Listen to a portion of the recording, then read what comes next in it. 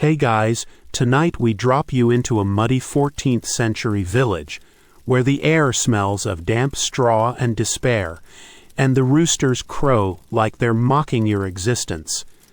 Picture yourself stirring on a lumpy straw mattress, the chill of dawn creeping through a drafty hovel, with no coffee or Wi-Fi to save you. One wrong move, like oversleeping past the church bell, and you're in for a day that'll break you before breakfast. Honestly, you probably won't make it to noon. So before you get comfortable, take a moment to like the video and subscribe, but only if you genuinely enjoy what I do here. Drop a comment with your location and local time. I'm curious where you're drifting off from tonight. Now, dim the lights, maybe turn on a fan for that soft background hum, and let's ease into tonight's journey together. You wake to a rooster's screech, sharp enough to rattle your teeth, and realize you're not in your cozy bed anymore. You're sprawled on a straw pallet, prickly as a porcupine, in a 14th century peasant's hovel. The air's damp, smelling of mildew and yesterday's stew, and a cold draft sneaks through the wattle and daub walls, chilling your bones. You blink into the pre-dawn gloom, the only light a faint glow from a dying fire. Your back aches, your feet are already numb, and you're pretty sure something's crawling in the straw. Joke 1. If this is morning, you're filing a complaint with the Middle Ages. You sit up, wincing as the pallet crunches beneath you, and hear the village stirring, dogs barking, a neighbor coughing like he's auditioning for a plague. You're a peasant, barely scraping by, and today's already stacked against you. The church bell clangs, a grim reminder that oversleeping means a tongue lashing from the priest or worse, the Lord's bailiff. You fumble for your shoes, leather scraps more holes than soles, and shove them on, wincing as they pinch. The floor's dirt packed hard but still gritty, and you're already dreaming of a hot shower. Spoiler, that's not happening. Mainstream history tells us 14th century European peasants lived in cramped, drafty hovels, often sharing space with family animals and fleas. These homes, made of wood, straw, and mud, offered little comfort, especially in the early morning chill. You stumble to the fire, a pitiful pile of embers, and poke it with a stick, hoping for warmth. The smoke stings your eyes, curling up to a hole in the roof that's supposed to be a chimney but mostly just lets in rain. You're shivering, and the day hasn't even started. Joke 2. If this is cozy, you're ready to trade places with the rooster. A quirky tidbit. Some peasants believed sleeping near the fire's embers warded off evil spirits, so they'd huddle close, risking burns for a bit of supernatural protection. You glance at the smoldering ashes, wondering if that's why your pallet's so close. Evil spirits or just bad insulation, either way, it's not helping. You hear your neighbor's cough again, louder, and your stomach twists. Is it just a cold or something worse? You flash forward to the plague panic waiting for you. But right now, you've got to survive this miserable morning. You stand, joints creaking, and grope for a cloak, threadbare wool, smelling of sheep and sweat. The village outside is waking, a chorus of clattering buckets and bleating goats. You're supposed to be in the field soon, but first you need to eat, assuming breakfast doesn't mean chewing despair. Historians still argue whether 14th century peasants saw mornings as a fresh start or just another slog. Was dawn a moment of hope, or a reminder of endless toil? You're leaning toward toil as you trip over a stray pot, cursing under your breath. The hovel's dark, the air heavy, and you're already counting the seconds till you can collapse again. Your stomach growls, but the thought of food, stale bread and watery ale, doesn't spark joy. You glance at the door, a rickety slab of wood, and hear the church bell again. louder, like it's personally offended you're still here. You're not ready for the fields, the priest, or the Lord's demands, but morning doesn't care. Joke 3. If you cry before breakfast, at least you'll hydrate the crops. You wrap the cloak tighter, brace for the cold, and step toward the door, already dreading the day that's barely begun. You're still shivering from that miserable dawn. The hovel's damp chill clinging to your bones as you step outside, the village air sharp with frost and the stink of manure. Your threadbare cloak flaps uselessly, and the dirt path under your hole-riddled shoes feels like frozen gravel. You're headed to a rickety basin by the well. But don't get your hopes up. Hygiene in the 14th century is a nightmare that'll have you sobbing before you can say soap. The church bell's fading clang reminds you time's ticking, and you've got fields to work. But first, you face a wash that's more punishment than cleanse. Splash water on the Lord's land. Whipped. Smell worse than the pigs. Shunned. You're already doomed, and the day's barely started. You reach the well, its wooden bucket creaking like it's mocking you, and haul up water so cold it bites your fingers. The basin's a cracked wooden trough, slimy with moss, and the water's murky, flecked with bits you don't want to identify. You splash your face, the shock stealing your breath, and scrub with your hands. No soap, because that's a luxury for lords, not you. Your skin's gritty, your hair a tangle of straw and dirt, and you're pretty sure you're dirtier now than before. Joke 1. If this is hygiene you're applying for the pig pen, it's cleaner. Mainstream history confirms 14th century peasants had abysmal hygiene. Most washed sparingly, using cold water from wells or streams, with soap, made from ash and fat, rare outside wealthy homes. You dip your hands again, wincing as the icy water numbs them, and try to scrape off the grime from yesterday's field work. The village is stirring, goats bleat, a neighbor hacks up a lung, and you catch a whiff of yourself, sweat, smoke, and something suspiciously like sheep.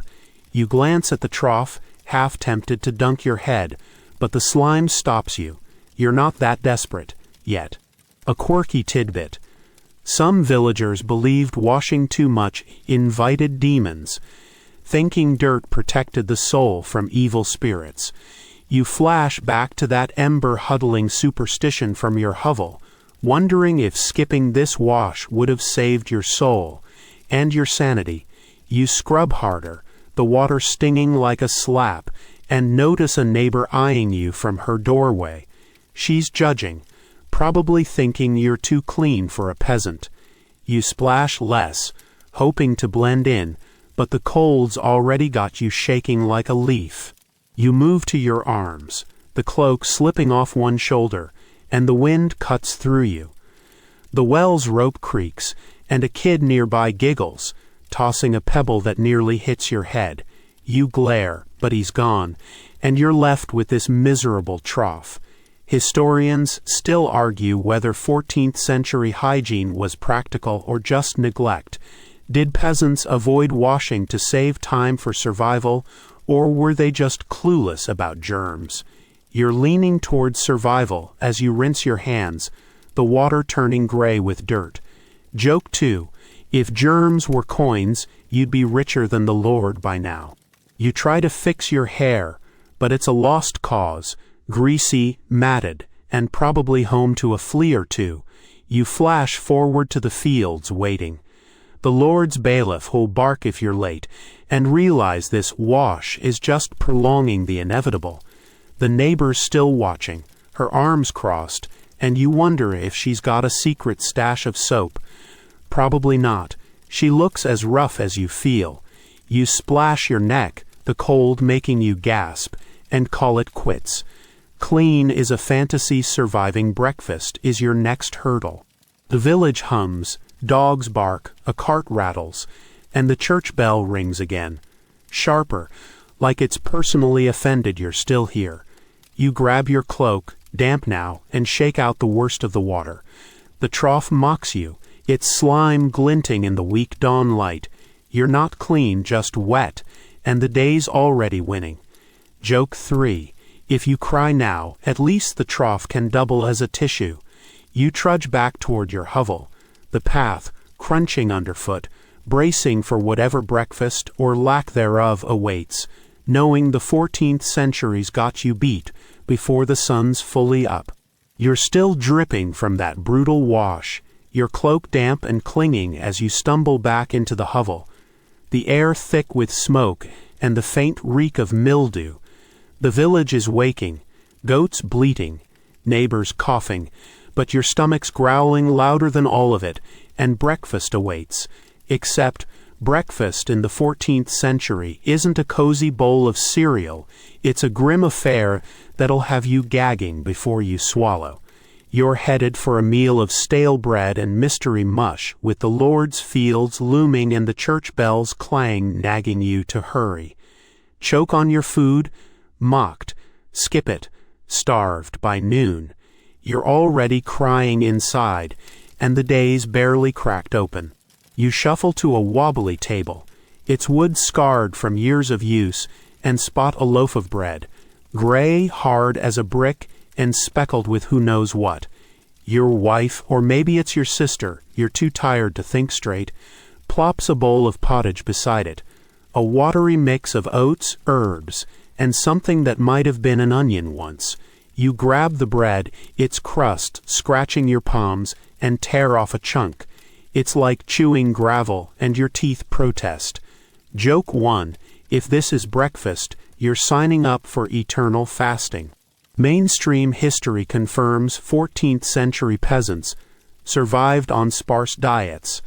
Bread, often rye or barley, and pottage, boiled grains with whatever scraps were handy, were staples, with meat or cheese rare for folks like you.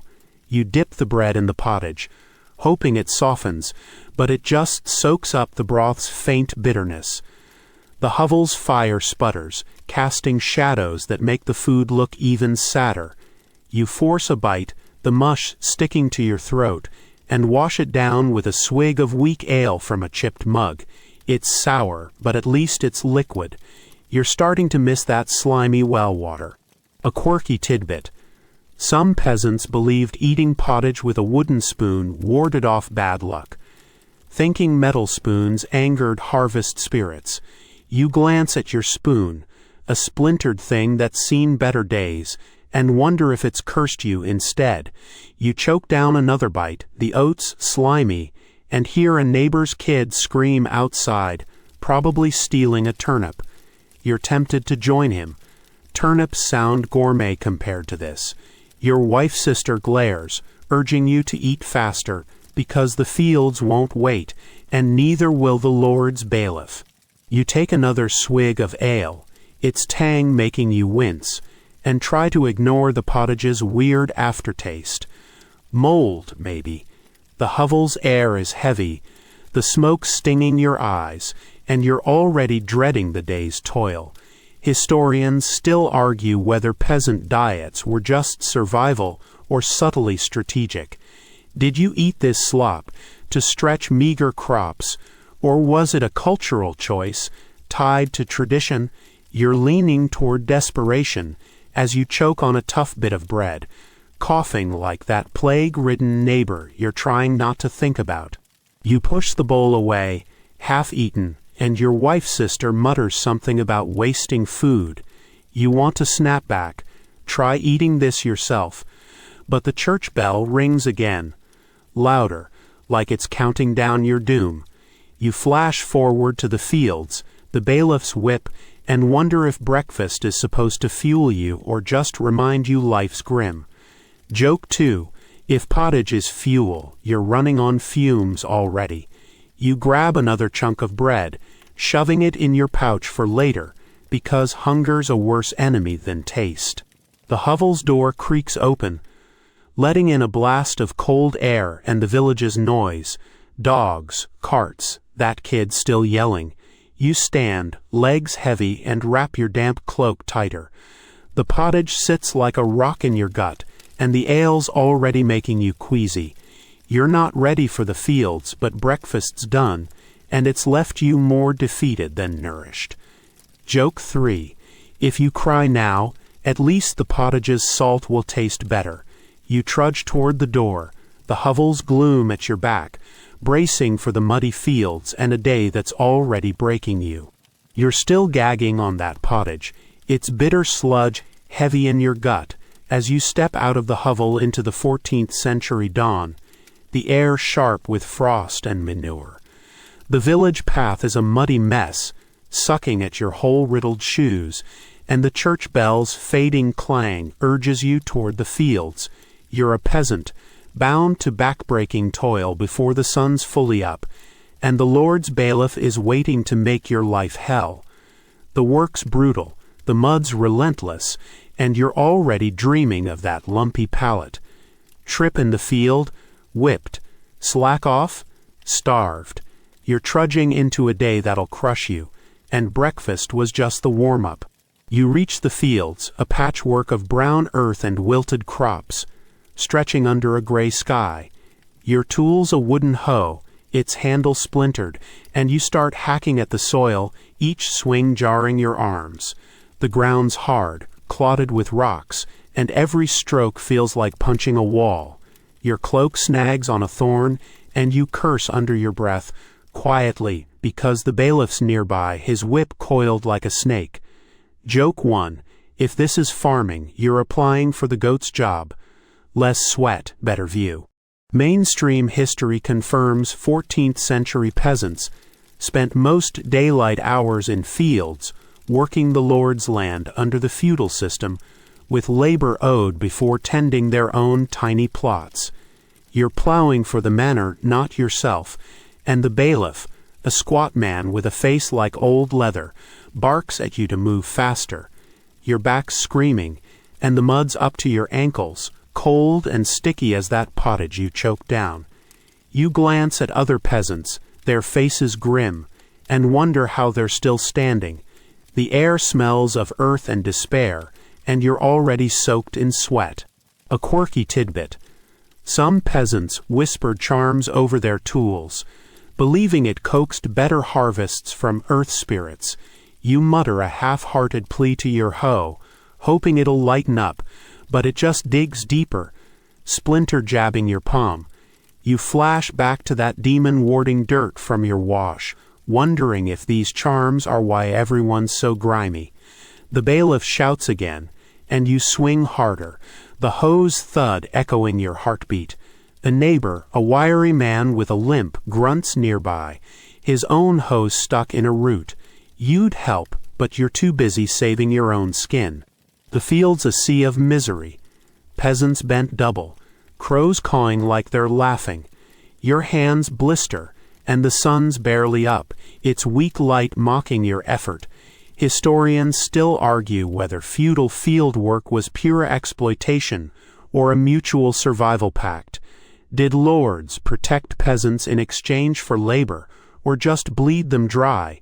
You're leaning toward bleeding as the bailiff's whip cracks nearby. Not at you, but close enough. You flash forward to the plague panic waiting. But right now, this field's your plague, and there's no escaping it. You pause to wipe your brow, and the bailiff's eyes lock on you. Work, you lazy cur, he snaps, and you dive back in, hoe swinging. The mud's relentless, clinging like a jealous lover, and your shoes are more holes than leather now. You're starting to miss the hovel's smoky gloom, even that gritty bread. Joke 2.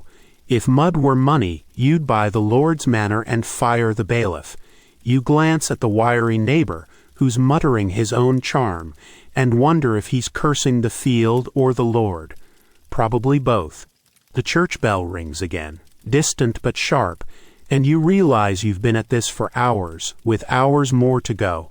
Your stomach growls, that pottage long gone, and the ale's a sour memory. You're not sure what's worse, the work, the hunger, or the bailiff's glare. A crow lands nearby, pecking at a worm, and you're jealous. It's eating better than you. Joke 3. If you cry now, at least the field's muddy enough to hide it. You grip the hoe, splinters and all, and keep digging. The villages drone, goats, coughs, carts at your back, knowing this toil's just the start of your brutal day. You're still aching from the field's brutal toil, your hands blistered from that splintered hoe, as you drag yourself from the muddy expanse back toward the village, the sun now a pale smear overhead. The bailiff's whip crack echoes in your ears, but a darker fear looms. Plague panic. The 14th century's Black Death is a shadow over every cough, every stranger, and you're dodging it like a curse while trudging through a village buzzing with dread. The air's thick with dust and the stink of livestock, and your cloak's heavy with mud. Sneeze in public? Shunned. Touch a sick man's gate? Dead by dusk. You're already crumbling, and breakfast feels like a lifetime ago. You skirt the village edge, avoiding the main path where a crowd's gathered near a hovel, whispering about a neighbor's fever. You clutch your cloak, damp and useless, and keep your head down. The well's nearby, its creaky bucket a grim reminder of your slimy wash, but you don't dare stop. Too many eyes, too many coughs. You hear a woman wail, he's marked by the pestilence, and your stomach twists. You're not sick, but one wrong move and you're an outcast. Joke 1. If the plague doesn't get you, the village gossip will. Mainstream history confirms the Black Death ravaged Europe in the 1340s, killing up to half the population, with villages like yours gripped by terror and superstition. You pass a hovel with a cross daubed on the door, a plague marker, and quicken your pace, the path's mud sucking at your shoes. The church bell tolls, not for prayer but for death, and you shiver, not just from the cold. You flash back to your neighbor's cough at dawn, wondering if it's just a cold or something worse. The village hums, dogs barking, a cart rattling, but it's a nervous pulse, everyone watching for signs. A quirky tidbit. Some villagers wore garlic necklaces, believing the stench repelled plague spirits, though it mostly just repelled friends. You catch a whiff of garlic from a passing woman, her eyes wild, and wonder if she's onto something or just desperate. You'd try it, but your last garlic went into that awful pottage. You dodge a kid running past, his face pale, and hear whispers of buboes from the crowd. Your hands itch, and you check them. No swellings, but the fear's enough to make you sweat. You reach a safer path, or so you hope, and pause by a hedge, catching your breath. The village's noise, goats, shouts, that wailing woman, feels like a noose tightening. Historians still argue whether plague panic unified communities or tore them apart. Did fear spark kindness, or just betrayal? You're leaning toward betrayal as you spot a man, maybe the baker, glaring at a stranger who coughed. You keep moving, eyes on the ground, praying no one points at you. The field's mud still clings to your legs, a callback to your morning's toil, but plague's a worse master than the bailiff. A priest shuffles by, clutching a cross, muttering prayers against the pestilent air. You nod, hoping it earns you points, but he doesn't see you. You're invisible unless you're sick, and then you're too visible. Joke 2. If garlic's the cure, you're planting a field of it tomorrow. Screw the Lord's crops. You pass another marked hovel, its door barred, and hear a moan inside. Your heart races, and you flash forward to the church's looming sermon, wondering if prayer's your only shield. Probably not. It didn't save the last guy. You duck behind a cart, avoiding a knot of villagers arguing about a plague doctor passing through. You've heard they're more butcher than healer, and you're not signing up. The air's colder now, the sun no help, and your cloak's more holes than wool. You're starting to miss the field's misery. At least there, death was just exhaustion. Joke 3. If you cry now, at least the plague might mistake it for a symptom and pass you by. You grip your cloak, dodge another cough, and hurry toward the village center, the day's dread piling higher, knowing you're one sneeze from disaster. You're still weaving through the village, heart pounding from plague panic, the wail of that fever-stricken hovel fading behind you as you dodge another coughing neighbor. The muddy path squelches under your tattered shoes, and the air's thick with manure and fear. You're headed to the village square, where gossip swirls like dust, and every whisper could brand you a thief, a heretic, or worse. The 14th century's rumor mill is merciless, and you're about to navigate its judgmental grind, your cloak still damp from that grim wash, and your stomach sour from pottage. Spread the wrong tale? Shunned. Stay silent, suspicious. You're already unraveling, and the sun's barely climbed. You reach the square, a churned-up mess of dirt and stalls, where villagers huddle, their voices sharp and low. You clutch a loaf from breakfast, its crust like stone, and try to blend in. A woman with a pinched face hisses about the baker's wife, consorting with devils. You freeze, catching her glare, and realize one wrong word could put you in her crosshairs. You sidle toward a group of peasants, their hands rough from field work like yours, and overhear talk of a stolen pig. Joke 1, if gossip's currency, this village is richer than the Lord's manor. Mainstream history confirms 14th century villages were hotbeds of gossip, with rumors shaping reputations and social order, especially in tight-knit hamlets where everyone knew your business. You ease closer, pretending to adjust your cloak, and catch a man claiming the miller's cheating on flour weights. The others nod, eyes darting, and you wonder if you should chime in, except you've got no dirt, just dirt. The square buzzes, carts creak, a dog snarls, and every whisper feels like a trap. You flash back to the plague-marked hovel, its cross a grim warning, and pray no one's whispering about you. A quirky tidbit. Some villagers believed spreading gossip under an oak tree cursed the target, a superstition that fueled midnight tale-telling. You glance at a gnarled oak nearby, half expecting to see the baker's wife hexed beneath it, but it's just kids tossing stones. You shift away, avoiding the pinched-face woman, who's now accusing the blacksmith of hoarding grain. Her voice carries and heads turn, including the blacksmith's apprentice, who looks ready to bolt. You keep your head down, gripping that stale loaf, and hope you're invisible. The group you're near shifts to talk of the Lord's bailiff, how he's hiking field quotas. You nod, like you're one of them, but your heart's racing. Gossip like this could reach the bailiff's ears, and you're still sore from his whip crack in the fields. Historians still argue whether village gossip was a social glue or a weapon. Did it build trust, or just tear lives apart? You're leaning toward tearing as the miller himself stomps by, glaring at the group, and you shrink back, clutching your loaf like a shield. A kid bumps you, nearly knocking the bread loose, and whispers that the priest's been seen with a strange woman. You shush him, terrified, because that's the kind of talk that gets you flogged.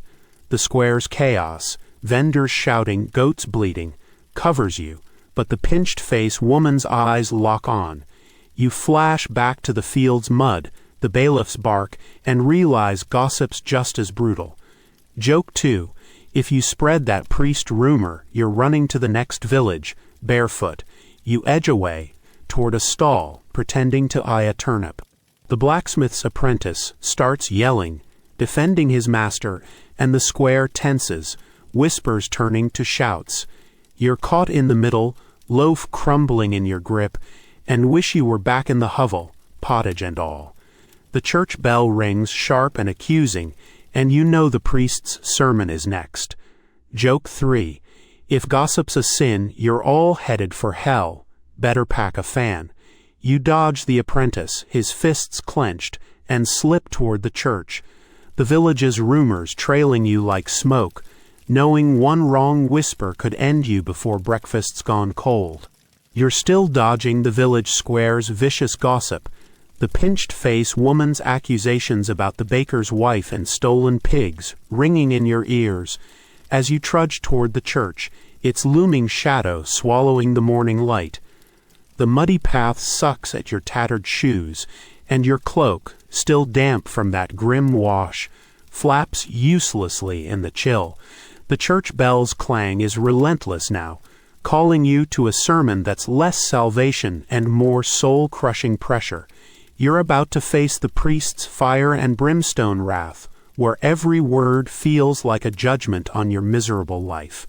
Doze off, damned. Doubt his words, damned twice. You're clutching that crumbling loaf, and the 14th century's already got you weeping. You slip into the church, its stone walls cold and damp, the air heavy with incense and fear. The pews, rough wooden benches, creak as villagers cram in, their faces grim, some still whispering gossip from the square. You find a spot near the back, hoping to stay invisible, but the priest's already at the pulpit, his eyes like coals. He's preaching about sin, his voice booming, and you feel it aimed at you, though you've done nothing but choke down pottage and hack at fields. Joke 1. If this sermon's salvation, you'd rather take your chances with the plague.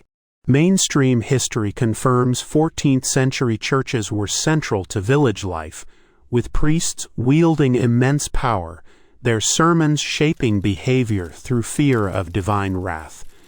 The priests ranting about hellfire now, pointing at the crowd, and you shrink lower, your loaf digging into your side. He calls out idleness, and you flash back to the bailiff's whip in the fields, wondering if surviving that counts as sin. The incense stings your nose, and the church's gloom, lit only by flickering candles, feels like a cage. You're not here for faith, you're here because skipping means trouble. A quirky tidbit. Some priests claimed sitting near the altar during sermons cleansed minor sins, so the front pews were a status symbol for the devout, or the guilty.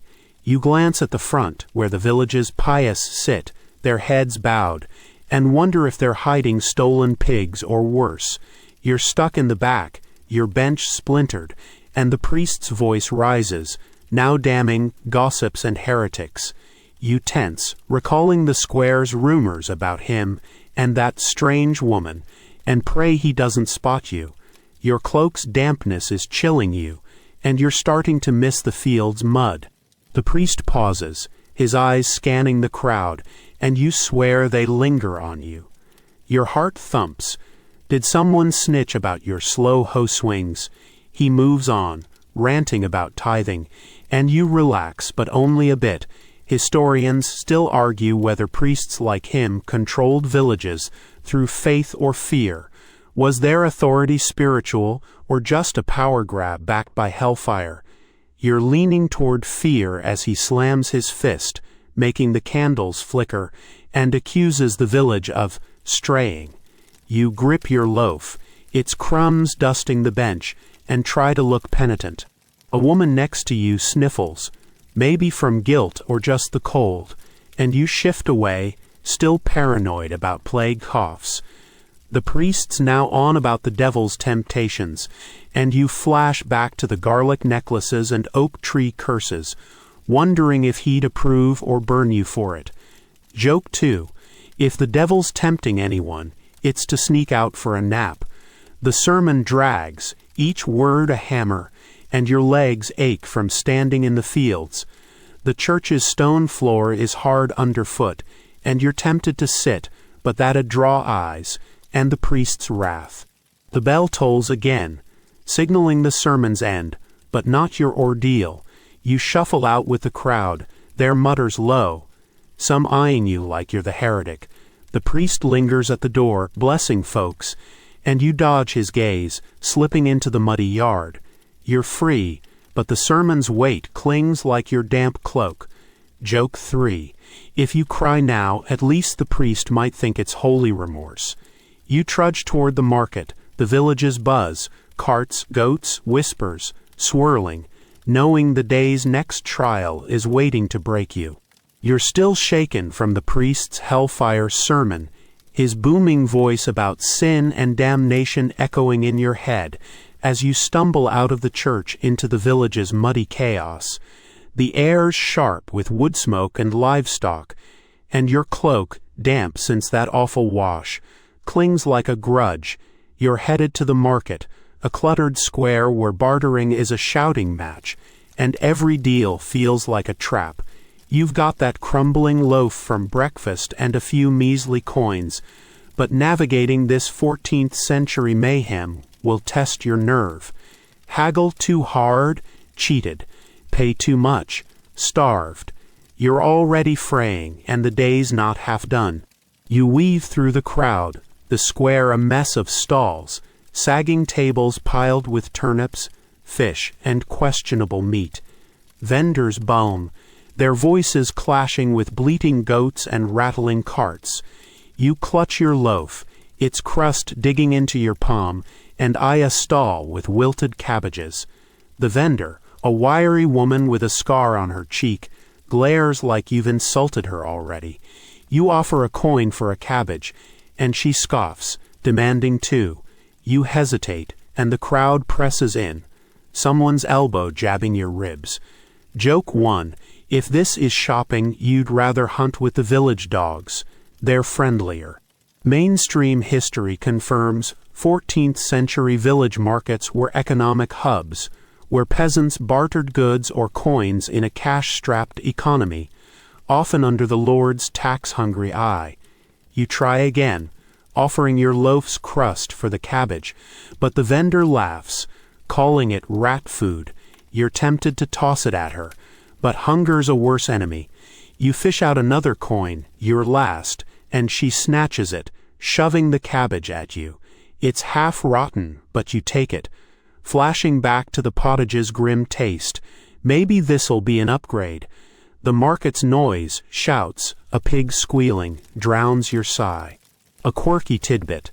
Some market-goers believed rubbing a coin on a stall's wood brought luck, thinking it swayed deals in their favor.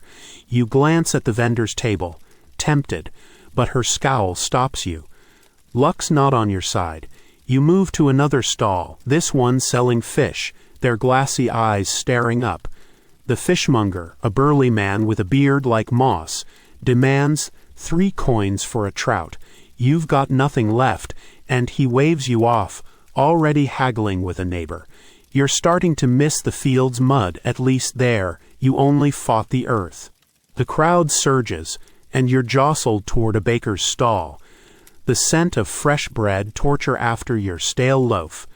You linger, hoping for scraps, but the baker's wife, maybe the one from the gossip, eyes you like a thief. Historians still argue whether markets like this were fair exchanges or rigged against peasants. Did they foster community or just deepen poverty?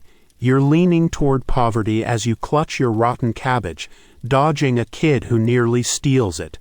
You flash back to the plague panic, the marked hovels, and pray no one hears coughing.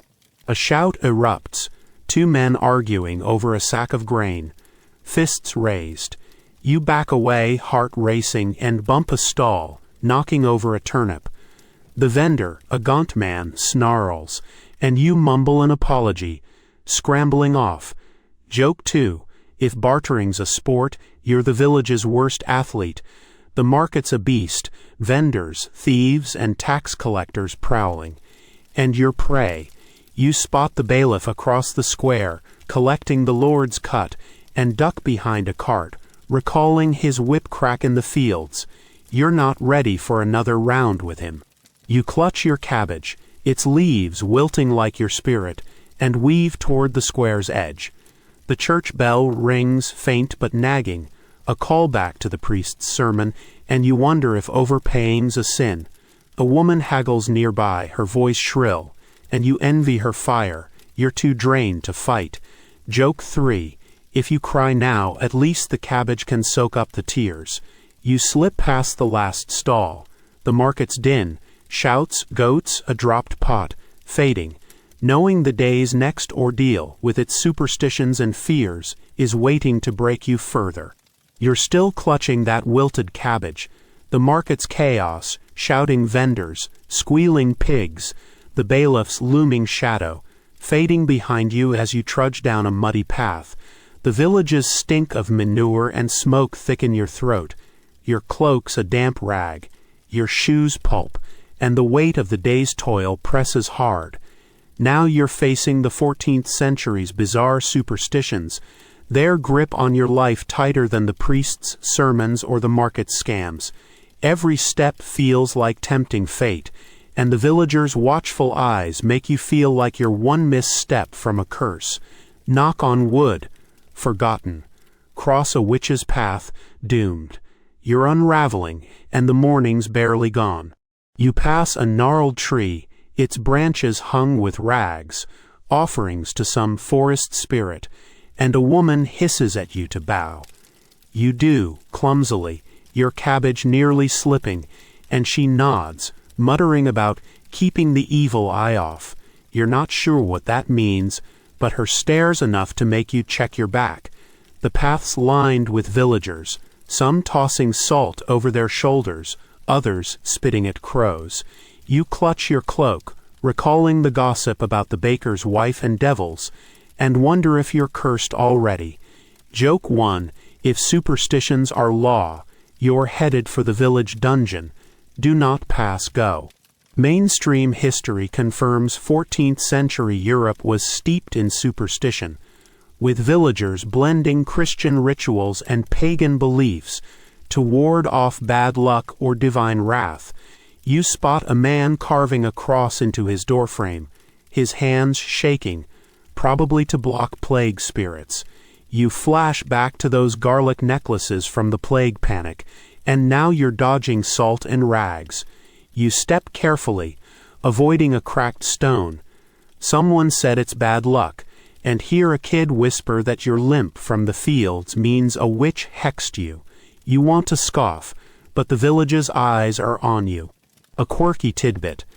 Some believed burying a toad under your doorstep protected against curses, a ritual done at midnight with whispered chants. You glance at your hovel's path, wondering if your wife's sister tried it, but all you see is mud. You pass a woman selling charms, bits of bone and twine, and she calls you over, claiming her trinkets stop night hags. You've got no coins left from the market, so you wave her off, but her glare feels like a hex itself. You're starting to miss the market's noise. At least there, you only lost a cabbage, not your soul.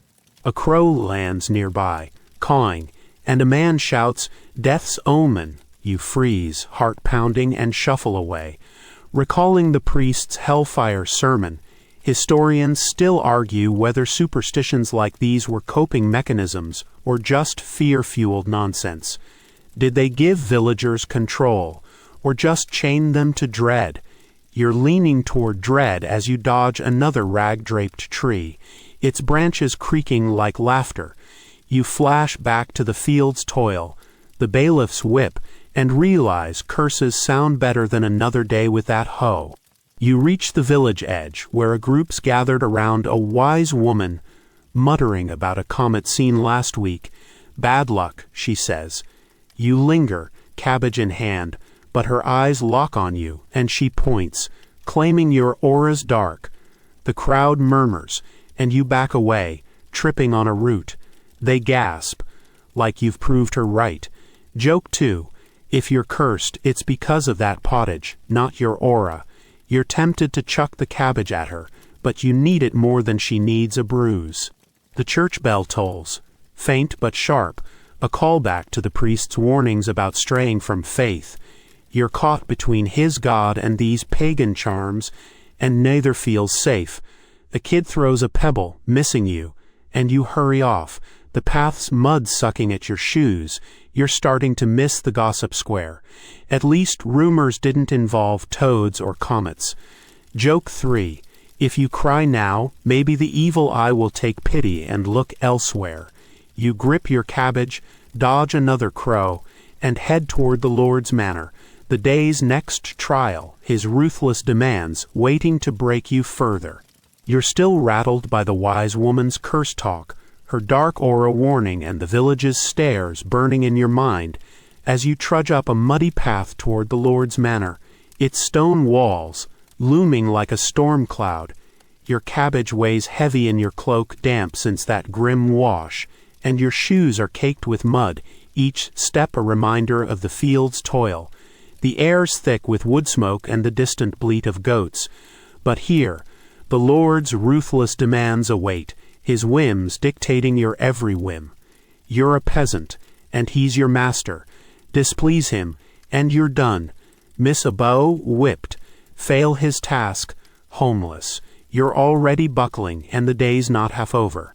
You reach the manor's gate, iron spikes glinting under a weak sun, and a guard with a face like old leather waves you through. The courtyard's cleaner than your hovel, but no less cruel. Servants scurry, heads down, and a hound snarls from a chain. You're here to report your field work, or maybe deliver a tax.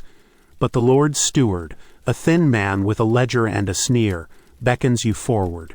You bow, nearly dropping the cabbage, and he snaps, "Speak, cur." Your mouth's dry, and you mumble about the crops, praying it's enough. Joke one, if this is customer service, you'd rather deal with the market's scar-faced vendor. Mainstream history confirms 14th century lords held absolute power over peasants under feudalism, demanding labor, taxes, and loyalty, often enforced by stewards or bailiffs. You stand straighter, clutching your cloak, and the steward scribbles, his quill scratching like a warning. He's asking about yields, but you barely know. Your field's more mud than grain, thanks to the bailiff's quotas. You flash back to his whip crack, the field's endless slog, and stutter something about trying. The steward's sneer deepens, and you're sure you're one word from the stocks.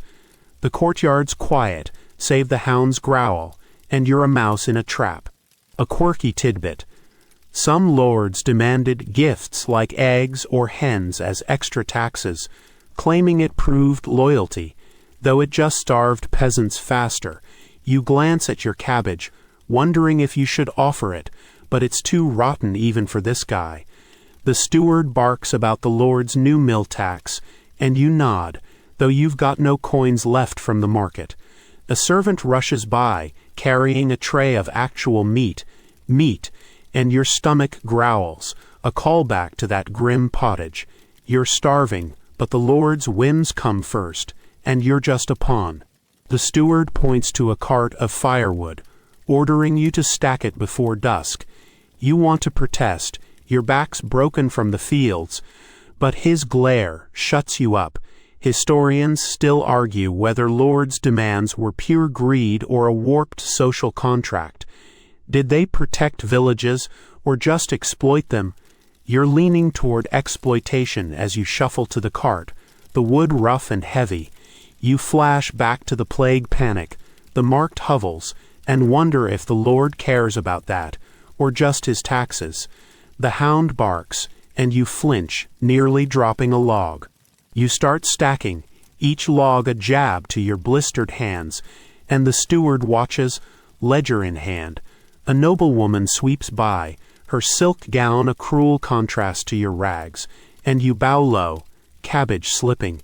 She doesn't notice, but the steward snaps, "Mind your place." You're tempted to chuck a log at him, but you'd be whipped, or worse. Joke 2. If stacking wood's a promotion, you're ready to retire to the plague hovel. The courtyard's a stage, and you're the lowliest player, every move judged by the Lord's men. The church bell tolls, faint but sharp, a reminder of the priest's sermon and the village's gossip. You're caught in a web, lord, priest, bailiff, and the firewood's just another thread.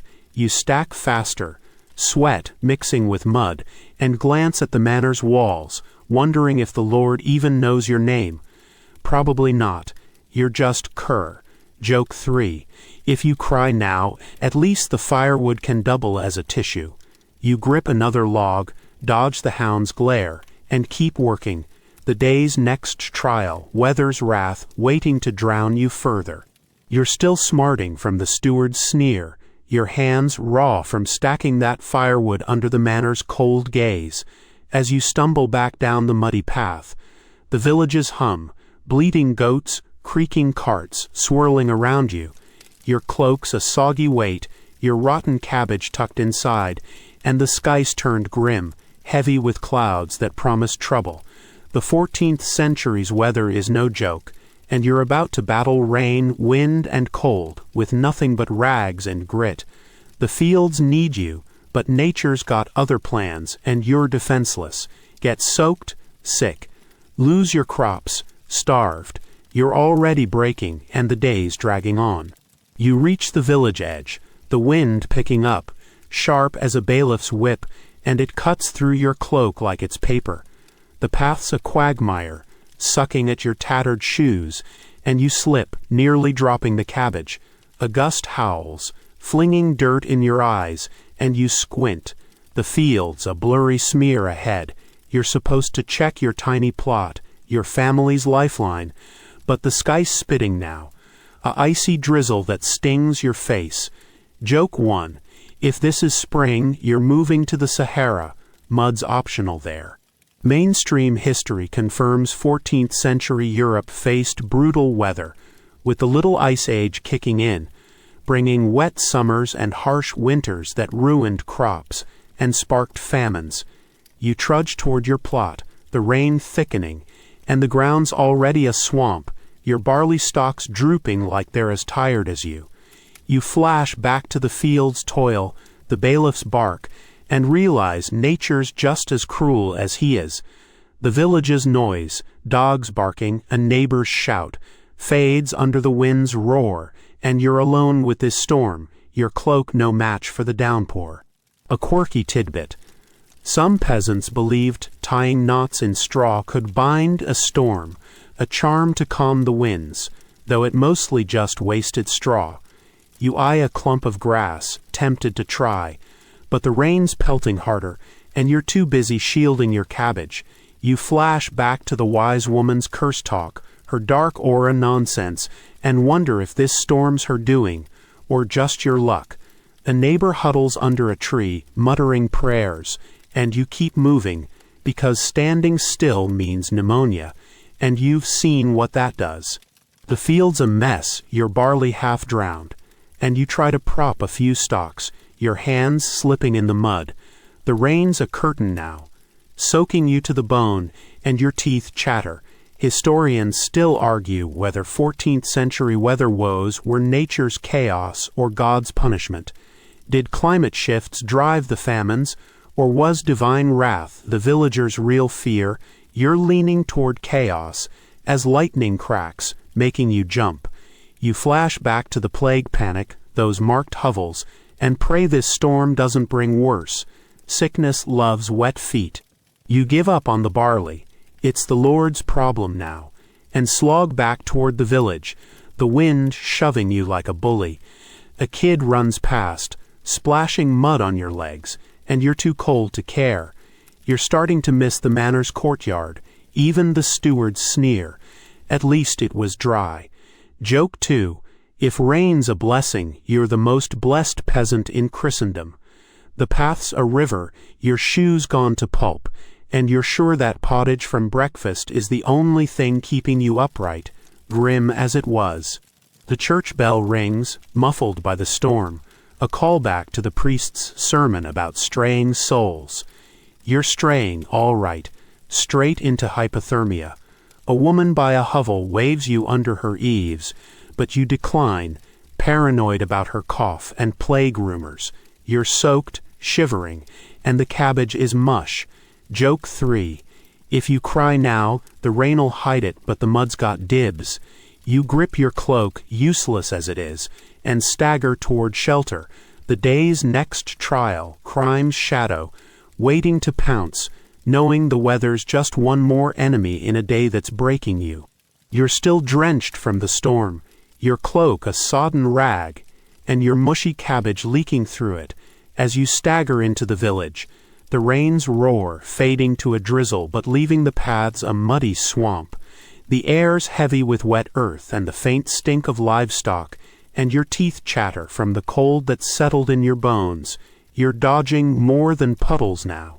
Crime's a constant shadow in the 14th century, with thieves lurking and brutal justice waiting to crush anyone caught. The village hums nervously, goats bleating, a shutter slamming, and you're on edge, knowing one wrong step could end you. Get robbed, penniless, get blamed, hanged. You're already shattered, and the day's not done. You slink along a narrow lane, avoiding the main path where eyes might follow. Your plots drowned barley and the Lord's firewood stack are bad enough, but now you're clutching what's left of your cabbage like it's gold. A shadow moves behind a hovel, and you freeze, heart hammering, picturing a cut purse with a knife. The village is quiet, but it's a tense quiet, like a bowstring pulled tight. You flash back to the market's chaos, that kid nearly stealing your cabbage, and realize you're a target now. Wet, tired, and alone. Joke 1. If thieves want your cabbage, they're welcome to its soggy misery. Mainstream history confirms 14th century villages were rife with petty crime, from stolen livestock to pilfered goods, with harsh punishments like flogging or hanging keeping order, or trying to.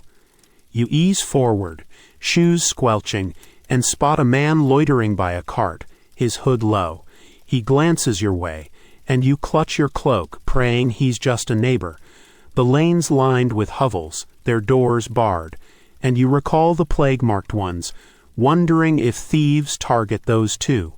You're not sure what's worse, losing your cabbage or facing the bailiff's justice if you're caught fighting back. A quirky tidbit. Some villagers hung iron nails above doors, believing they repelled thieves by nailing their intent. You flash back to the wise woman's charms, those bone trinkets, and wish you'd bought one, or at least nailed your door. You pass a hovel with a nail glinting, but it doesn't calm you. A dog barks, sharp and close, and you flinch, nearly slipping in the mud. The hooded man's gone, but your nerves are shot. You're starting to miss the storm's howl. At least it drowned out the fear of footsteps behind you. You reach the square, now half empty, its stalls sagging under the drizzle. A woman huddles by a cart, selling apples, and you eye them, starving but penniless. She glares, like she knows you're thinking of swiping one. Historians still argue whether 14th century crime spiked from desperation or weak law enforcement. Was poverty the thief's motive, or did lax lords let chaos fester? You're leaning toward poverty as your stomach growls, a callback to that grim pottage. You turn away, cabbage in hand, but hear a shout. A boy's been caught stealing bread, and the baker's dragging him toward the bailiff. The crowd gathers, muttering, and you back away, heart racing. The boy's crying, the baker's red-faced, and you flash back to the gossip about the baker's wife, wondering if he's taking it out on the kid. You're tempted to slip off, but the bailiff's there, his whip coiled, and you're paralyzed. If you're seen leaving, you're suspicious. If you stay, you're in the mob. Joke 2. If crime's a game, you're losing worse than at the market's haggle. You hide behind a stall, the cabbages stink blending with the mud, and pray no one notices you. The bailiff's voice booms, promising a flogging, and the boy wails. You're shaking, not just from cold, but from the thought of that whip, same one that haunts the fields. The church bell tolls faint through the drizzle, a grim echo of the priest's sermon about sin. You're no thief, but you feel guilty just breathing. Joke 3. If you cry now, the mud'll claim it, but the bailiff might call it evidence. You grip your cabbage, dodge a stray dog, and slip toward your hovel, the day's next trial, family strife, waiting to grind you down further. You're still trembling from the square's chaos, the boy's wails and the bailiff's whip lingering like a bad dream, as you slog through the village's muddy lanes. the drizzle soaking your already drenched cloak. Your rotten cabbage, now a pulpy mess, squishes against your side, and the air's thick with damp straw and fear. You're headed home to your hovel, but don't expect peace. Family strife awaits in that cramped, smoky space where every word's a spark and every chore a grudge. The 14th century's no place for harmony, and your kin's tensions could snap you. Bicker too loud, shamed. Shirk your share, shunned. You're already broken, and the day's dragging you deeper. You push open the hovel's creaky door, the air inside heavy with mildew, and the ghost of that morning's pottage. Your wife, or maybe sister, the exhaustion blurs it, stands by the fire, stirring a pot that smells no better than breakfast. 2 kids, scrawny and smudged, bicker over a wooden spoon, their voices shrill. Your brother, slumped on a stool, glares at you, muttering about your late return. You drop the cabbage on the table, its leaves oozing, and the room tenses like you've brought a curse. Joke 1. If this is family, you're adopting the village goats. They're quieter. Mainstream history confirms 14th century peasant families lived in tight quarters, sharing hovels with multiple generations where stress from hunger and toil fueled constant friction. You try to speak, explaining the Lord's firewood and the storm, but your wife's sister cuts you off, snapping about the kids' hunger. The fire's low, barely warming the room, and you flash back to your dawn struggle with its embers, wishing you'd stayed there. You toss a stick on the flames, sparking a cough from your brother, who claims you're useless. The kids' fight escalates, one shoving the other, and you're already drowning. A quirky tidbit. Some families hung dried herbs over doorways, believing they calmed tempers by soothing spirits, though they mostly just smelled like old stew. You glance at the doorway, seeing only cobwebs, and wish for anything to hush this chaos. Your wife's sister slams the pot, blaming you for the rotten cabbage. Fair, but it stings. You mutter about the market scams, but she's not listening, ranting about the neighbor's better stew. You flash back to the gossip about the baker's wife, wondering if your family's squabbles are next on the village's tongue. Your brother stands, accusing you of shirking fieldwork, though he's barely lifted a hoe himself. You bite back a retort, recalling the bailiff's whip and the storm's wrath. Nobody's thanking you for surviving that. Historians still argue whether family strife in hovels was just survival stress or a deeper cultural clash. Did shared hardship bind kin, or did it breed resentment? You're leaning toward resentment as the kids knock over a stool, and your wife's sister yells at you to do something. You grab the spoon, splitting it between them, but they just scowl. The hovel's walls feel closer, the smoke stinging your eyes, and you're trapped in this stew of anger. You try to fix the fire, but your brother shoves past, muttering about fetching water, probably an excuse to dodge the fight. You flash back to the plague panic, those marked hovels, and pray nobody's sick here. A fever would snap this fragile truce. Your wife's sister sighs, stirring the pot, and you offer to chop wood, hoping it'll ease her glare. She nods, but the kids start whining again, and you're ready to bolt. Joke 2. If family's a team, you're the one benched with a rotten cabbage. The church bell tolls, faint through the drizzle, a grim echo of the priest's sermon about unity. Unity, you're barely holding it together. The hovel's a pressure pot, and you're the weakest link. You grab an axe, its handle worn, and step outside, the mud sucking at your shoes. Joke 3.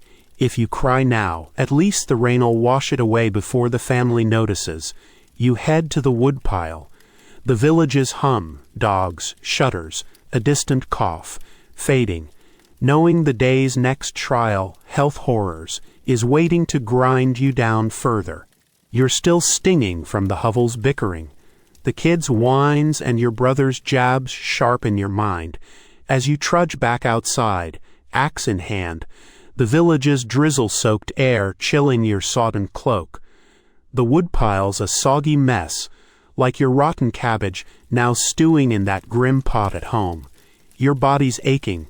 Fields, firewood, family, and now you're facing the 14th century's health horrors, where every ache's a death sentence and quack cures are worse than the disease. The village hums faintly, goats bleating, a shutter creaking, but a cough from a nearby hovel spikes your fear. Ignore a fever, dead. Trust a healer, probably deader. You're crumbling, and the day's not letting up. You start chopping wood, each swing jarring your blistered hands, but a dull pain in your side stops you cold. It's probably just hunger, or that pottage's revenge. But plague panic flashes back, those marked hovels and garlic necklaces. You press your ribs, praying it's nothing. But the village's healer, a stooped woman with a sack of herbs, shuffles by, eyeing you like she smells profit. She offers a cure for your ailing humors, but her breath's worse than the market's fish stall. You wave her off, gripping the axe. Joke 1. If her herbs are medicine, you'd rather arm wrestle the bailiff. Mainstream history confirms 14th century medicine was dire, with healers using herbs, bleeding, or charms to treat ailments, often doing more harm than good, especially during the Black Death's shadow. You chop again, the wood splitting unevenly, and your side throbs harder. You're not feverish, yet, but every villager's cough feels like a countdown. You flash back to the wise woman's curse talk, her dark aura nonsense, and wonder if she's hexed you into this pain. The healer lingers, muttering about leeches, and you quicken your pace, hoping work drowns out the fear. A quirky tidbit. Some healers prescribe drinking urine mixed with nettles to purge illness, a remedy villagers swore by despite the taste. You shudder, recalling the pottage's bitterness, and decide you'd rather die than try that. The healer's still watching, her sack rattling with who knows what, and you chop faster, sweat mixing with rain. A neighbor passes, limping, and whispers that the healer's last patient grew boils. Great. You're starting to miss the family strife, at least there, the only pain was verbal. The drizzle stings, your cloak's useless, and your side's now a steady ache. You pause, leaning on the axe, and check your hands. No buboes, just blisters. But the healer's voice cuts in, offering a poultice for bad air. You mumble, "I'm fine," but she's persistent. Like the market's vendors, historians know that 14th century health practices were a mix of folklore and guesswork. Bleeding was common, and leeches were a go-to for balancing the body's fluids. Did they ease suffering or just exploit fear? You're leaning toward exploitation as the healer's eyes glint, coin-hungry. You flash back to the Lord's steward, his ledger, and realize everyone's out to take something. Your blood, your coin, your life. A kid runs by, coughing, and you flinch, nearly dropping the axe. You're paranoid. The plague's shadow everywhere. Hovels, sermons, now this. You chop again. The woodpile growing, but your side's worse, maybe from the cold, maybe not. The healer shuffles off muttering curses, and you're alone with your thoughts, dark as the clouds overhead. You're tempted to pray, but the priest's sermon made that feel pointless. Joke 2. If leeches are the answer, you're asking the goats for a second opinion. The village's noise, coughs, carts, a distant bell, feels like a warning. You stack the wood, each log a small defiance against the day, but your body's betraying you. The church bell rings sharp through the drizzle, a call back to the priest's hellfire and the village's gossip. You're not sure what's worse, dying of plague or surviving this misery. Joke 3. If you cry now, the healer'll probably bottle it as a cure. You grip the axe, dodge a stray puddle, and head back to the hovel. The day's final trial, its crushing end, waiting to finish you off. You're still wincing from that ache in your side, the healer's leech talk and her rattling herb sack haunting you, as you drag your axe and a bundle of soggy firewood back to the hovel. The village's drizzle-soaked lanes slick under your ruined shoes, your cloak's a drenched ruin, the rotten cabbage long abandoned, and the air's thick with mud and fading hope. The day's crushed you. Fields, plague, gossip, sermons, storms, and strife, and now you're collapsing into its end, reflecting on a 14th century life that's left you raw. The hovel's dim glow beckons, but it's no refuge, just a place to lick your wounds. Forget the fire, cold. Break down, shamed. You're done, and the day's won. You push the hovel's door, its creak louder than the village's last coughs, and stumble inside. The air's smoky, the fire barely alive, and your wife's sisters stirring that pot again. Its stench, a grim callback to the pottage that started this nightmare. The kids are asleep or pretending to be, sprawled on the straw pallet you woke on at dawn. Your brother's gone, probably sulking at a neighbor's, and the silence is heavy, broken only by the fire's hiss. You drop the firewood, your side throbbing, and slump onto a stool, too tired to care about the ache. Joke 1. If this is home, you're booking a one-way ticket to the plague hovel. Mainstream history confirms 14th century peasants ended their days exhausted, with little rest in cramped hovels, their lives a cycle of toil and survival under feudal and natural pressures. You poke the fire, its embers mocking your effort, and the smoke stings your eyes, a reminder of your dawn struggle to wake it. You're not sure what broke you more, the bailiff's whip, the storm's wrath, or the healer's glare, but you're spent. You flash back to the market scams, the Lord's demands, and realize every step today was a losing fight. The hovel's walls, patched with mud, feel like they're closing in, and you're too weak to push back. A quirky tidbit. Some peasants sang lullabies to banish night spirits, believing it ensured safe sleep, though the tunes were more dirge than comfort. You hum a fragment, half remembered from childhood, but it's as flat as your spirit. Your wife's sister glances over, her face softer now, and slides a bowl of stew your way. Same pottage, different day. You force a bite, its bitterness familiar, and wonder if tomorrow's just a repeat. You flash back to the wise woman's curse, the priest's sermon, and pray sleep spares you from both. The fire crackles, a small mercy, but your side's worse, and you're too scared to think about it. You lean back, the stool creaking, and stare at the ceiling, its beams black with soot. The village is quiet. No bells, no coughs, just the drizzle's patter. Historians know that peasant life ground people down, with survival often hinging on sheer stubbornness. Endurance was their only victory. Did it forge resilience, or just despair? You're leaning toward despair as you rub your blistered hands, the axe's weight still in them. You're alive, but at what cost? The kids stir, one muttering in sleep, and you're reminded of the family strife, the hovel's tension that's waiting for dawn. You're too tired to eat more, pushing the bowl away.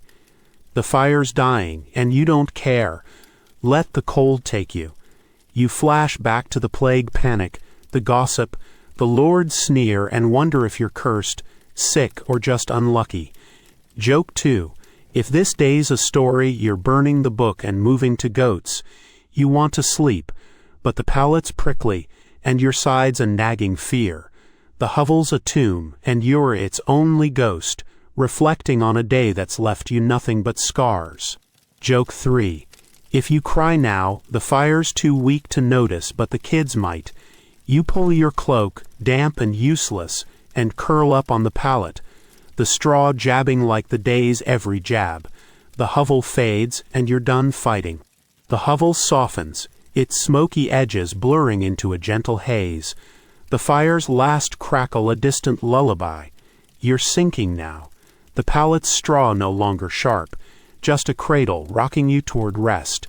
The village's hum, goats, mud, fear, melts away, leaving only the drizzle's whisper like a mother's hush. Your sides' ache fades, your hands unclench, and the day's weight lifts, drifting like ash on the wind. No more fields, no more whips, no more curses, just quiet, warm, and deep. The stars hide behind clouds, but they're there, steady, waiting. You're safe now, the 14th century's grip loosening, its trials slipping into shadow. Let the hovel hold you. Let the night wrap you, and drift slow and easy into a sleep as soft as dawn's first light.